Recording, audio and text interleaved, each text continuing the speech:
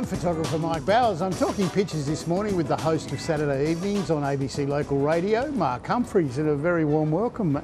How's your election? Excuse me. An election is only, 5 weeks in this country, and yet it's too long. Electile dysfunction.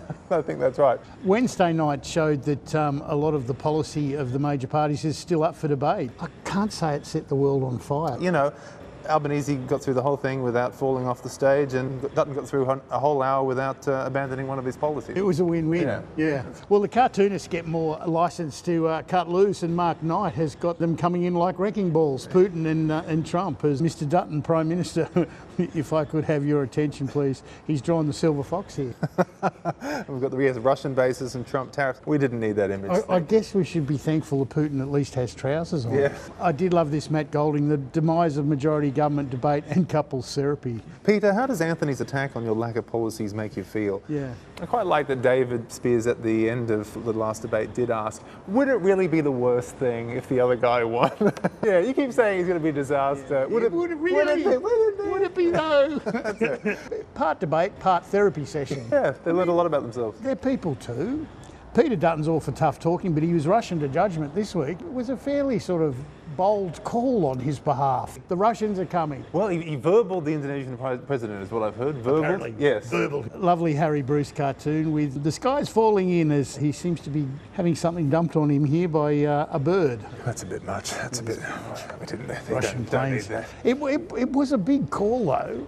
Of course. Lovely Kathy Wilcox. And what's Albo doing about that national security threat as the Russian pigs seem to be flying around here? Russian planes are the new African gangs, aren't they? Is that what it is? Don't go to any restaurants. Russian planes. Russian restaurants are probably okay. They're all right. Lovely Peter Brolman, who's harking back to the 50s, I suppose. Oh, right. There's no Reds under the bed, but there is a train wreck under your bed. He hasn't had the best of elections, would you think? It hasn't been great. It hasn't been great. Can we call it? Be bold. Sure. Anthony Green, he's here for another 2 weeks, isn't he? Can he call it? Has Anthony Green called it yet? I don't think he has. Housing has been a big issue during this election, and both of the parties are trying to drive their policies home. And I think Brett Lethbridge has captured it perfectly because they're the same. I mean, can you tell them apart? One's giving you a tax cut, one's helping you buy and going to buy with you. Like, who's who in the zoo? What I thought was so interesting this week is that they both announced housing policies. Now, these policies are supposed to make housing more affordable. The experts have come out and said these policies will make housing more expensive. They won't do the one thing, Mike, that they're supposed to do. We're from the government and we're here to help. Yeah. No, we don't need your help. Step back. Yeah. Yeah, I did love this one, Mark Knight. The election campaign has suddenly turned into an episode of The Block. Suddenly? Do you remember when Scott Cam was the National Careers Ambassador? Yes, I do. I think it's been an episode of The Block for some time. I do love the little motion things. That's here. it. Yeah. They're really going at it. Yeah. Elbo's really wielding the hammer. And love the side eye from Dutton there. That's fantastic. One good thing, the promise that I think will probably be kept is that Harry Dutton's got a promise from his dad that he's going to help him buy a house. He's had a win. He's had a win. David Rowe's drawn this down on Struggle Street here. Not now, Mum. I mean, Gina, I'm working.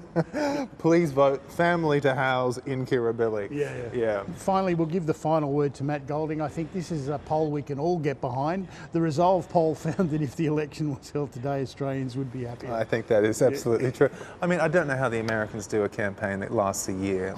We're 3 weeks in and we're done. Well, mate, I'm not done with you. We could talk all day. However, we better bring it to an end. I'll let you do the honours. Cheers, Mike.